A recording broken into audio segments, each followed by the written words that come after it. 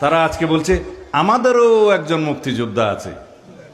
আরে বাবা, বিএনপি থেকে অপসারিত হয়ে একজন মুক্তিযোদ্ধা আপনাদের সাথে যোগদান করেছে, আমরা জানি, কিন্তু আমাদের পুরা দলটার প্রতিষ্ঠাতাই তো মুক্তিযোদ্ধা। সাইনবোর্ড দেখানোর জন্য একজন মুক্তিযোদ্ধাকে দলে ভিড়িয়ে এই দেশের মানুষকে প্রতারিত করতে পারবেন না।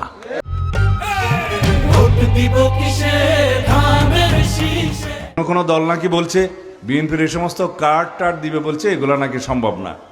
আপনারাই বলেন এই কার্ড দিয়ে এইভাবে উন্নয়ন করা সম্ভব কিনা?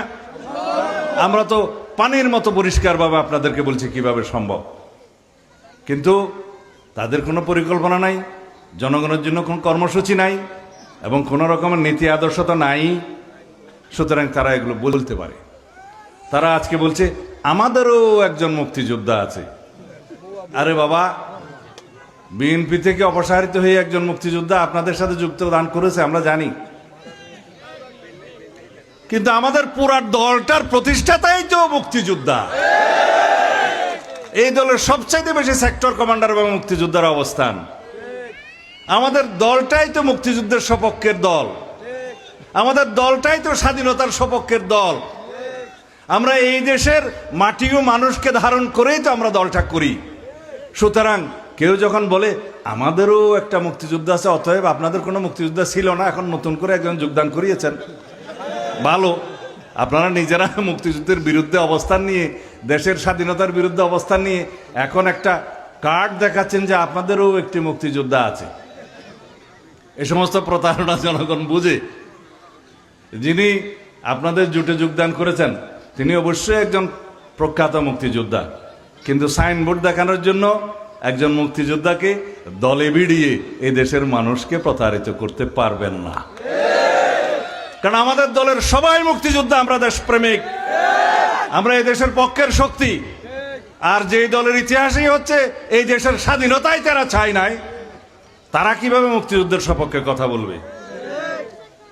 একজন মুক্তিযোদ্ধা উধার করে হাওলাত করে কি মুক্তিযোদ্ধার দল হওয়া যাবে? আচ্ছা, আর বলছে আপনাদের পক্ষে এই দেশের ধর্মভিত্তিক দলগুলো তো নাই। কে বলল নাই? এই দেশের সবচাইতে যারা বড় আলেম ওলামা, এই দেশের আলেম ওলামাদেরকে যারা প্রতিনিধিত্ব করে, তারা সবাই আজকে বাংলাদেশ জামাত ইসলামের এই যে ধর্মীয় বিভ্রান্তির বিপক্ষে তারা অবস্থান নিয়েছে এবং বলছেন, মানুষ সেটা জানে এবং বলছে এরা প্রকৃত ইসলামের অনুসারী তো নয়, তারা ইসলামের ক্ষতি করছে। বলছে কিনা?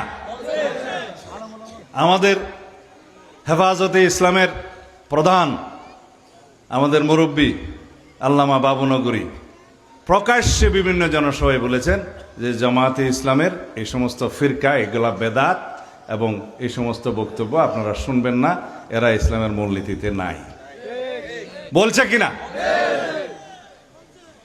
তো সুতরাং আমরা তো, আমাদের সেই গভীর জ্ঞান নাই সে সমস্ত বিষয়ে, আমরা এর বেশি বলতে চাই না। এদেশের মানুষ জানে।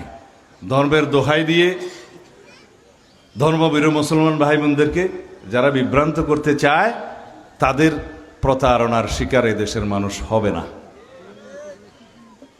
আমার সনাতন ধর্মী ভাই বোনদের উদ্দেশ্যে বলতে চাই, আপনাদের চেহারা দেখে আমার মনে হচ্ছে আপনারা বেশ কয়েক ঘন্টা যাবত এখানে অপেক্ষা করছেন।